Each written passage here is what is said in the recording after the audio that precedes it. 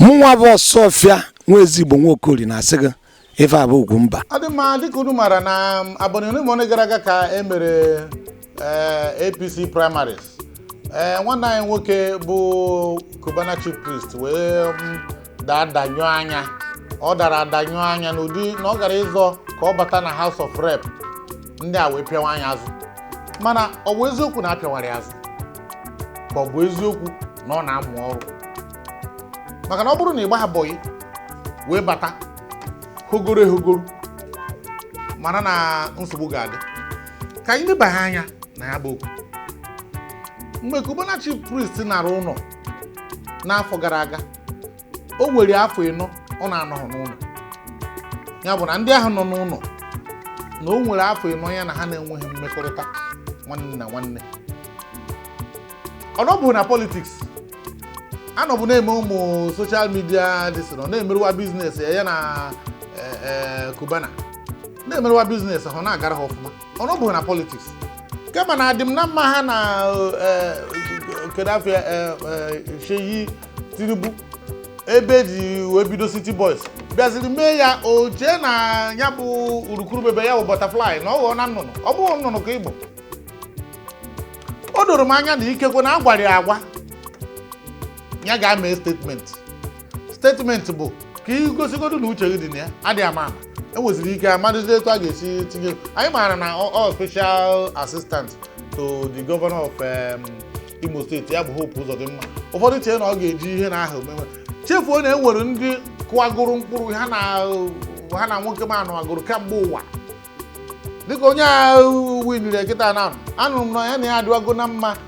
kamgbe ha na okwere na-arụ ọrụ. Ya bụ na imanji childhood friend tinyere onye gị na-ebidoro tata mee na ihe a bụ ndị kụgoro mkpụrụ soro nụọ ọgụ soro gbuo mmiri ọ daa n'ibu ballot box esoro gbuo ya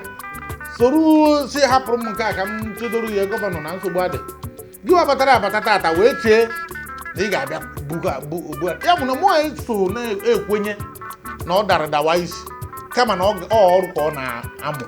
ọ na-agbabọghị and efiri na ọ bụrụ na o mewe emechaa ya ikekwe between na mgbe a ga-eme anọdụ election o nwere ike ụkwụ aka gị aka ọ dọbazi ịma nnọkọta ife bata ka ị bụkwa na onyekwana a ga-eji n'ego mezuo ụmụ ihe ụfọdụ gasị. Ụfọdụ si na o nwetara 3 votes, ụfọdụ si na o nwetara 15 votes out of thousands of votes atụrụ. It doesn't matter. After all, enwere somebody gara ụzọ ọchịchị na Nigeria o nwetaghị up to 10 votes as a president. One woman gara ụzọ ọchịchị mgbe ahụ ọ pụtara na ndị be ya atinyeghị ya. Ihe a niile o nwere usoro ọ na-eme ha na ịnọkọta isi na ihe na Cubana ospedikwa na ego nekwa na ọ gara ke ya kpara iso one mbọsị a mezie ụlọ ya mbọsị a ihe aka mere mbọsị a isi na ọwa pụrụ tata ga-etiwe tisiwe ike n'ụbọchị tata a na-eme n'ihe eme na ị ga-eji nwayọ gbagote apịawa gị azụ n'ụzọ dị agha ndị kwechara gị nkwasị gị na ijebego ejiri nwayọ oru mbọsị ahụ ịfụ ka ha kwụ onye ọzọ n'azụ maka na emere ya open primaries fụ ndị mmadụ ha niile kwụ omego n'azụ omeọgọ na omeọgọ na-eke ha aka na ọ na-eme ha aka ọ na-emerụ ha onye nke a gịwa bidoro ime ọgọ nke gị n'ụbọchị tata ụnyaahụ wee chee na ị ga-anapụ omeọgọ n'ọgoro kamgbe. Apart from that political capital o nwegoro o ji na ya na gọvanọ dị na mma right from time apart from na ọ ga-abụgo ya bụ ụlọ mmebi iwu. Ya bụ na echeghị m na Cubana na onwe ya chere na ọ ga-ewin mgbe ọ bata. Mba, ọ bụrụ na o win ya ọ ga-awụ ihe a na-ekwu ga na-efe efe. Mba, echeghị m na o bu n'obi na o nwere chance of iwin. Ụfọdụ na-eme ya n'ụdị abanyezie ọ bụrụ na eme mkpọtụ adịghị ama o ruo anọdụ election. Ifugodu a na-afụ ọtụtụ ndị mmadụ na-abụ ha zọcha gọvanọ. Ama m ofu nwanne nwoke na Enugu steeti o so gaa zọọ gọvanọ mechaa daa na primaries mee ya emechaa enye kọmishọn ọgana. Ihe a niile bụ na onye na-eme ihe na onye buru moto na-aga n'Igbo isi Lagos na-aga n'Igbo fuel dị na moto nwere ike oduru oghere ọkwụsị ebe ahụ oru ebe ahụ fuel iju nwanyị zoro onwe ike mbọsị furu ego fuel gakwa. Ya bụ na o doro m anya na ọtụtụ ndị mmadụ na ha achị ọchị aghọta ha dị game na politiks bụ nna abịagodu make a statement bịagodu kụọ jam ka ọ dị ka gasị ụfọdụ n'ime ha na-ama. Otherwise kedu ihe mmadụ ga-eji believe na mbọsị anyị pụtara bame ni na-eme Cubana ọ kachasị nke a bịara mee City Boys sikwa ọsị City Boys na eme ị ga na City Boys ekposa ihe ka ị ga-eji gazie ghọọ Jagaban na gịnị mee wuru nke a bakwuru na Owerri wee ndị mmadụ jiri aka ha ka ihe butere ka eke onye ọbụla kerie na mana ofu ihe mmarụ bụ na o nwego ka ndị a na-agwa na ha ga-enweta nwunye ha ndị Igbo mmarụ na ọ bụrụ na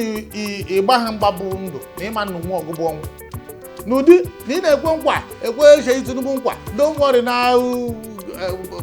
a ga-eweta 5 million votes for Tinubu na Igbo achị